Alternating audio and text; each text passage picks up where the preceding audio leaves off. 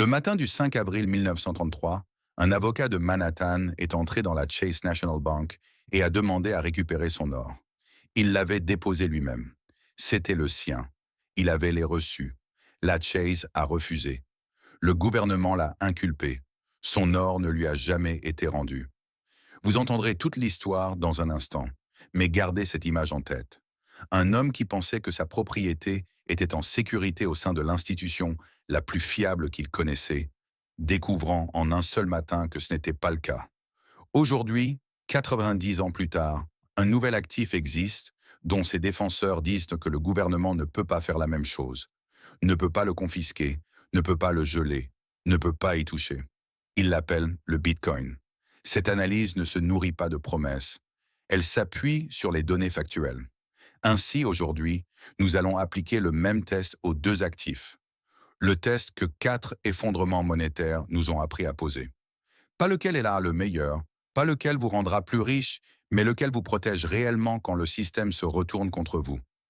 Avant d'aller plus loin, rien dans cette vidéo ne constitue un conseil financier. Ceci examine les archives historiques. Ce que vous faites de ces données est votre décision. Faites vos propres recherches. Consultez un conseiller qualifié avant de faire tout investissement. Nous sommes ici des historiens, pas des courtiers. Le test issu de 4 effondrements monétaires, l'avilissement de la monnaie romaine, le déluge d'argent en Espagne, la crise du dollar des années 1970 et la confiscation de l'or américain de 1933. Nous pouvons en extraire 5 critères que toute réserve de valeur sérieuse doit valider, des tests historiques, pas théoriques. Test 1, survit-il à la confiscation gouvernementale? Test 2, survit-il à l'effondrement des institutions qui le soutiennent? Test 3, maintient-il le pouvoir d'achat sur des décennies, pas des mois, des décennies? Test 4, fonctionne-t-il sans confiance envers une contrepartie? Test 5, peut-il être détenu de manière privée, entièrement en dehors du système financier? Nous allons soumettre les deux actifs à ces 5 tests aujourd'hui et je vais vous donner les preuves. Pas du militantisme, les preuves. Le 5 avril 1933, Franklin Roosevelt a signé le décret présidentiel C-502. Vous connaissez déjà cette histoire si vous suivez l'histoire de la confiscation de l'or, mais laissez-moi vous raconter la partie que la plupart des gens ignorent. Un avocat de Manhattan nommé Frederick Barber Campbell avait déposé 27 barres d'or pures à la Chase National Bank. Quand le décret est tombé, il est retourné à la Chase pour réclamer son or. Ils ont refusé. Il a intenté un procès. Le gouvernement l'a inculpé le lendemain après une session de grand jury de 18 minutes. 18 minutes pour inculper un diplômé en droit de Harvard pour le crime de vouloir récupérer sa propre propriété. Le procureur principal était un jeune procureur adjoint des États-Unis, nommé Thomas Dewey, qui se présenterait plus tard 2 fois à la présidence. L'or de Campbell n'a jamais été rendu. Voilà à quoi ressemble la confiscation quand le gouvernement cible l'or détenu au sein du système financier. Maintenant, la question cruciale que l'auditoire se pose déjà, qu'en est-il de l'or qui n'était pas à la banque? Milton Friedman et Anna Schwartz ont estimé dans Une histoire monétaire des États-Unis, qui n'est pas une brochure de marchand d'or, mais l'histoire monétaire la plus rigoureuse jamais écrite, que seulement environ un Américain sur 4 possédant de l'or l'a réellement remis. 1 sur 4. Les 3 autres n'ont rien fait. Aucune perquisition de porte-à-porte n'a suivi, aucun raid à domicile. Le gouvernement a pris l'or qu'il pouvait voir. L'or qu'il ne pouvait pas voir est resté exactement là où il était. C'est la première leçon factuelle de 1933. Non pas que l'or peut être confisqué, mais qu'il ne peut être confisqué que lorsqu'il est visible par le système. Maintenant, soumettons le Bitcoin au même test. Le gouvernement des États-Unis a saisi d'énormes quantités de Bitcoin. Silk Road, le piratage de Bitfinex, James Jong, qui cachait une fortune dans une boîte de pop-corn sous le plancher d'une salle de bain en Géorgie. Dans chaque cas, ils ont obtenu les pièces non pas en brisant le chiffrement, mais parce que quelqu'un avait laissé les clés sur un cloud, avait un ordinateur portable ouvert, ou parce que la trace de l'argent menait directement à une plateforme d'échange où l'identité était déjà enregistrée. Le chiffrement n'a pas été brisé.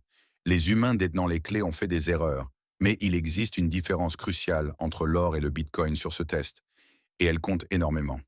Quand le gouvernement américain a voulu trouver l'or de Frederick Campbell, il a dû perquisitionner la Chase National Bank, un lieu physique, une institution connue. Quand un gouvernement veut restreindre le Bitcoin, il n'a pas besoin de trouver quoi que ce soit. Il peut simplement couper l'accès aux plateformes d'échange, aux processeurs de paiement, aux endroits où le Bitcoin rencontre l'économie ordinaire. Il ne peut pas saisir vos Bitcoins si vous détenez vous-même les clés privées. C'est techniquement vrai, mais il peut rendre votre Bitcoin difficile ou impossible à convertir en quoi que ce soit que vous puissiez dépenser. Il existe une phrase dans la communauté Bitcoin qui résume parfaitement cela. Pas vos clés, pas vos pièces. Le Bitcoin en autoconservation, détenu sur un portefeuille matériel avec des clés privées connues de vous seul, n'a jamais été saisi par voie cryptographique. L'or détenu dans une banque, visible, confiscable. L'or enterré dans un jardin, invisible, laissé tranquille. Le Bitcoin sur une plateforme d'échange, visible, confiscable. Le Bitcoin en autoconservation, avec une clé mémorisée, invisible, laissé tranquille. Le mécanisme est identique. L'instrument est différent. Les deux actifs réussissent le test 1 avec la même condition attachée. L'actif que le gouvernement peut voir et l'actif que le gouvernement peut atteindre. Les deux ou aucun selon entièrement ce que vous en faites. Constantin a établi le solidus romain au début du IVe siècle. L'Empire romain d'Occident s'est effondré 150 ans plus tard. Le solidus a continué de circuler pendant près de 1000 ans après cela. Les marchands arabes l'appelaient le dinar. Les Vénitiens l'ont copié sous le nom de ducat. La pièce a changé de nom. L'or à l'intérieur n'a pas changé. L'or physique ne nécessite aucune institution pour fonctionner, aucun gouvernement, aucune plateforme, aucun Internet, aucune électricité. C'est le seul actif qui n'est jamais tombé à zéro dans l'histoire documentée. Pas une seule fois, nulle part. Le Bitcoin est né d'un effondrement institutionnel. Satoshi Nakamoto a publié le livre blanc du Bitcoin à l'automne 2008, 6 semaines après que Lehman Brothers a déposé le bilan. Le bloc Genesis, le tout premier bloc miné, contenait un titre de journal, Le chancelier au bord d'un second renflouement pour les banques. Le Bitcoin a été conçu comme une réponse à l'échec institutionnel exact que ce registre documente. Mais voici la question que les données historiques nous forcent à poser. A-t-il réellement survécu à l'effondrement institutionnel ou a-t-il simplement survécu jusqu'à présent? La réponse honnête nécessite d'examiner ce qui est réellement arrivé aux institutions construites autour de lui. En février 2014, Mt. Gox, qui traitait à son apogée la majorité de toutes les transactions mondiales de Bitcoin, a interrompu les retraits et a déposé le bilan. Les Bitcoins de plus de 100 000 créanciers avaient disparu. Un développeur londonien nommé Colin Burgess avait ses économies bloquées à l'intérieur. Il s'est envolé pour Tokyo, s'est tenu sous la neige devant les bureaux de Shibuya de la plateforme et a brandi un panneau en carton indiquant « Mt. Gox, où est notre argent ?» Il a protesté pendant 1 semaine jusqu'à ce que la police japonaise y mette fin. Mark Karpeles, l'homme qui dirigeait Mt. Gox, a été condamné et a reçu une peine avec sursis, ce qui signifie qu'il n'a fait aucune peine de prison. En novembre 2022, la plateforme FTX de Sam Bankman-Fried s'est effondrée. Une lettre envoyée au ministère de la Justice par l'une des victimes décrivait le dépôt d'une vie d'économie dans FTX 3 mois avant l'effondrement. Ma vie entière a été détruite. J'ai 2 jeunes enfants. Ma femme est suicidaire et déprimée. Bankman-Fried a finalement été condamné à 25 ans de prison. Voici ce que les faits montrent réellement. Le protocole Bitcoin n'a jamais été piraté. Pas une seule fois. Les mathématiques sous-jacentes restent intactes. Chaque échec catastrophique dans l'histoire du Bitcoin a été un échec des institutions humaines construites autour de lui, pas de l'actif lui-même. Mt. Gox était une plateforme mal gérée. FTX était, selon John G. Ray Troy, l'homme qui a géré la faillite d'Enron, un échec complet des contrôles d'entreprises dirigés par des gens qui n'avaient aucune idée de ce qu'ils faisaient avec l'argent des autres. La même distinction qui traverse chaque scénario historique s'applique ici. Le Bitcoin sur une plateforme est de l'or papier, sujet à la fraude et à la défaillance de l'institution qui le détient. Le Bitcoin en autoconservation est de l'or enterré, dépendant uniquement de vous. L'or réussit le test deux inconditionnellement. L'actif lui-même n'a aucune institution qui puisse s'effondrer. Il existe, tout simplement. Le Bitcoin réussit le test deux conditionnellement si et seulement si vous détenez vos propres clés. Au moment où vous confiez vos clés à une institution, vous possédez du Bitcoin papier. Et le Bitcoin papier, comme Mt. et FTX l'ont prouvé, vaut ce que l'institution décide qu'il vaut le jour où elle fait faillite. Les deux avec des conditions très différentes. Test 3. Le pouvoir d'achat sur des décennies. En 1930, une once d'or achetait un costume pour homme de haute qualité. En 2026, une once d'or achète toujours un costume pour homme de haute qualité. Ce n'est pas un slogan marketing de marchand d'or. L'économiste Roy Jastram a suivi le pouvoir d'achat de l'or sur 200 ans de données de marché primaire. Le ratio n'est pas parfaitement constant, mais la livre et le dollar ont chacun perdu la grande majorité de leur pouvoir d'achat depuis la fin de l'étalon or. L'or ne l'a pas perdu, mais voici ce que les défenseurs de l'or ne vous disent pas toujours. En 1980, la peur était à son comble et tout le monde achetait de l'or. Puis le prix s'est effondré et a continué de baisser pendant près de 20 ans. Une personne d'âge mûr qui avait acheté à ce sommet pour protéger sa retraite et qui avait besoin de cet argent au moment de sa retraite, a été dévastée. L'or n'a pas retrouvé son pouvoir d'achat réel à partir de ce moment-là avant 45 ans. L'or est une réserve de valeur générationnelle. Ce n'est pas toujours une réserve de valeur sur 20 ans. Maintenant, le Bitcoin. Le Bitcoin a été lancé en 2009 à un prix si dérisoire qu'il est difficile de l'exprimer de manière significative. Dans les années qui ont suivi, il s'est apprécié plus que n'importe quel actif dans l'histoire financière enregistrée. Et il a aussi chuté plus violemment que presque n'importe quel actif dans l'histoire financière enregistrée. À 4 reprises distinctes, le Bitcoin a perdu plus des 3/4 de sa valeur. Pas dans un déclin lent, mais dans une déroute. Après le premier grand crack, il a été enterré. Fini, mort. Puis il est revenu plus haut. Après le deuxième crack, il a été enterré à nouveau. Puis il est revenu plus haut. Après le troisième, la même chose. Après le quatrième, pareil. Chaque crack a été suivi d'un nouveau sommet historique.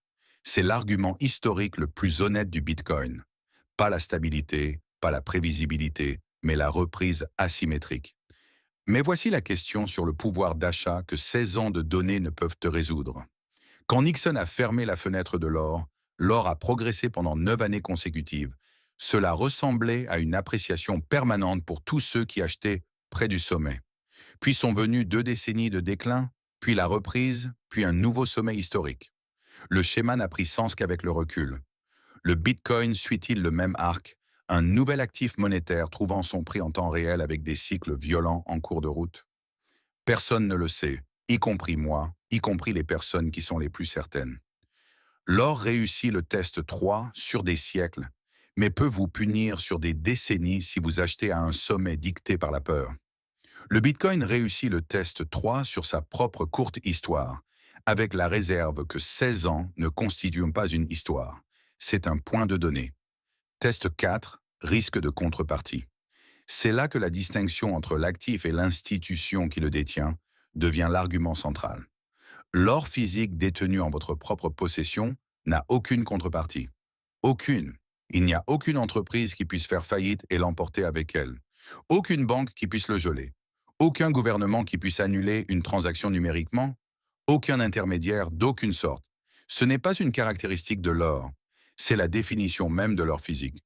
Mais l'or papier, les ETF or, les certificats d'or, l'or détenu dans une banque ou un compte alloué, présente exactement le même risque de contrepartie que n'importe quel autre produit financier, car c'est un produit financier. Un droit sur l'or, pas de l'or. La leçon de 1933 n'est pas que l'or a été confisqué. La leçon est que les droits papiers sur l'or ont été confisqués et que l'or physique sans trace écrite ne l'a pas été. Frederick Campbell avait un reçu. Le gouvernement l'a trouvé. Les Américains qui n'ont rien dit ont caché leurs pièces et n'ont gardé aucun registre. Le gouvernement n'a rien trouvé.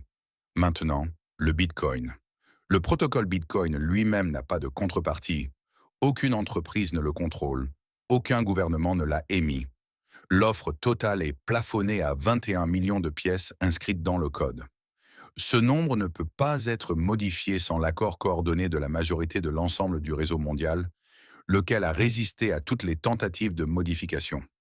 Le protocole fonctionne sans interruption depuis 16 ans, sans une seule brèche réussie. Mais le Bitcoin détenu sur une plateforme d'échange présente exactement le même risque de contrepartie que l'or papier, car c'est un droit sur du Bitcoin, pas du Bitcoin. Mt. Gox était un droit sur du Bitcoin. FTX était un droit sur du Bitcoin. Les deux droits sont tombés à zéro. Il existe un second risque propre au Bitcoin, sans équivalent précis pour l'or.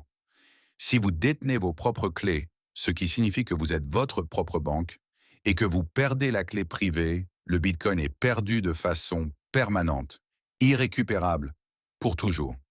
Il n'y a pas de gestionnaire de coffre à appeler, pas de service de récupération, pas d'autorité centrale capable de contourner le chiffrement. On estime qu'une part importante de tous les bitcoins ayant jamais existé est définitivement bloquée derrière des mots de passe perdus et des clés oubliées, scellées par des mathématiques que personne ne peut briser et que personne ne dépensera jamais. Il existe un programmeur nommé Stefan Thomas qui a été payé en bitcoin en 2011 pour avoir créé une explication animée de ce qu'était le bitcoin. Il a stocké les clés privées sur une clé USB chiffrée. Il a écrit le mot de passe sur un morceau de papier. Il a perdu le papier. La clé USB n'autorise que 10 tentatives de mots de passe avant de chiffrer définitivement son contenu. Il en a utilisé 8. Il reste 2 essais. Au sommet du Bitcoin, cette clé bloquée contenait une fortune assez grande pour changer tous les aspects de sa vie. Il n'a pas encore tenté les 2 essais restants. Il ne peut s'y résoudre. C'est un risque sans équivalent historique pour l'or. Le papier brûle. Le coffre est inondé. Mais l'or demeure. Les 2 actifs réussissent le test 4 si et seulement si vous détenez l'actif en autoconservation directe. Les 2 échouent dès qu'une institution s'en mêle. L'or échoue avec un dépositaire. Le Bitcoin échoue avec un dépositaire ou une clé perdue. Test 5. En dehors du système. Le test 4 concernait les personnes qui détiennent votre actif. Le test 5 concerne l'environnement qui vous permet de l'utiliser. L'or a été reconnu comme précieux dans chaque civilisation humaine de l'histoire enregistrée. Sans exception, il n'existe aucun cas documenté d'une société ayant rencontré de l'or et n'ayant pas compris sa valeur. L'or ne nécessite pas d'électricité. Il ne nécessite pas d'Internet. Il ne nécessite pas de contrepartie comprenant la cryptographie ou possédant un appareil compatible. Un marchand dans la Séville du XVIIe siècle et un commerçant dans l'ancienne Mésopotamie tenaient à la même chose entre leurs mains et comprenaient son poids sans explication. Le Bitcoin ne peut pas fonctionner sans une chose dont l'or n'a jamais eu besoin. La permission.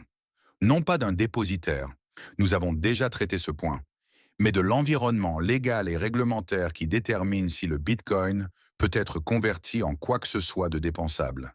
Si les banques qui le relient à l'économie du dollar sont autorisées à opérer, si le gouvernement en place décide que l'infrastructure qui l'entoure reste ouverte ou est discrètement fermée. L'or a été accepté comme moyen de paiement dans chaque civilisation de l'histoire documentée. Aucune autorisation gouvernementale requise. Pas d'application, pas de plateforme, pas de compte bancaire. Une pièce est une pièce. Son poids parle pour lui-même. Le Bitcoin nécessite un environnement où les transactions sont légales, où l'infrastructure pour l'utiliser reste ouverte et où quelqu'un à l'autre bout peut le recevoir sans risque pour lui-même. Cette dernière condition est celle que le gouvernement américain peut contrôler sans toucher à une seule pièce. En 2023, les régulateurs fédéraux ont lancé ce que l'industrie de la crypto a appelé l'opération Choke Point 2.0.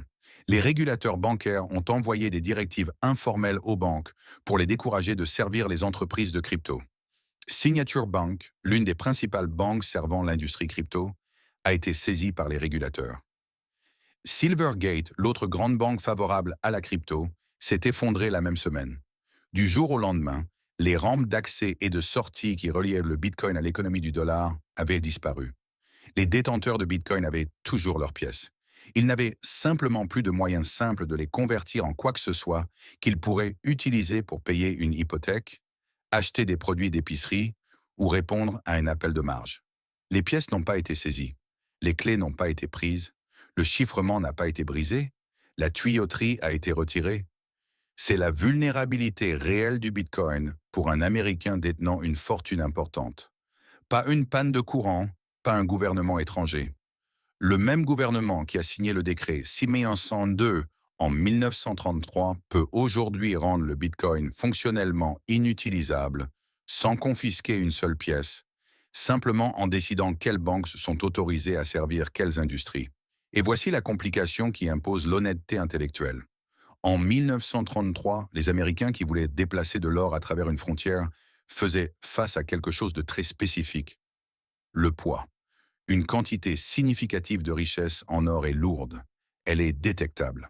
Les agents des douanes savent à quoi ressemble un homme transportant des sommes importantes en or, car l'or est physique et la physique ne se négocie pas. La réponse du Bitcoin à ce problème est réelle. Une personne qui a mémorisé 12 mots peut traverser n'importe quel aéroport du monde, passer n'importe quelle inspection douanière, franchir n'importe quel scanner, sans transporter le moindre objet physique, et de l'autre côté, reconstituer sa fortune entière de mémoire seulement. Aucun agent des douanes n'a jamais saisi des mots mémorisés. L'or réussit le test 5 pour le stockage. Il fonctionne dans n'importe quel scénario, dans n'importe quel pays, avec n'importe quelle contrepartie. 5000 ans de preuves. Mais l'or échoue au test 5 pour le mouvement. Dès que vous essayez de transporter une richesse sérieuse à travers une frontière, la physique travaille contre vous. Le poids est réel. Le risque de saisie est réel. L'histoire confirme les deux. Le Bitcoin réussit le test 5 pour le mouvement. 12 mots mémorisés traversent n'importe quelle frontière du monde sans être détectés. Mais le Bitcoin échoue au test 5 quand le gouvernement supprime l'infrastructure qui le rend dépensable. Non pas par la force, mais en coupant discrètement les banques qui le servent. Les pièces restent. L'utilité disparaît. Aucun des deux actifs ne remplit les deux conditions. Chacun réussit là où l'autre échoue. La question n'est pas de savoir lequel réussit.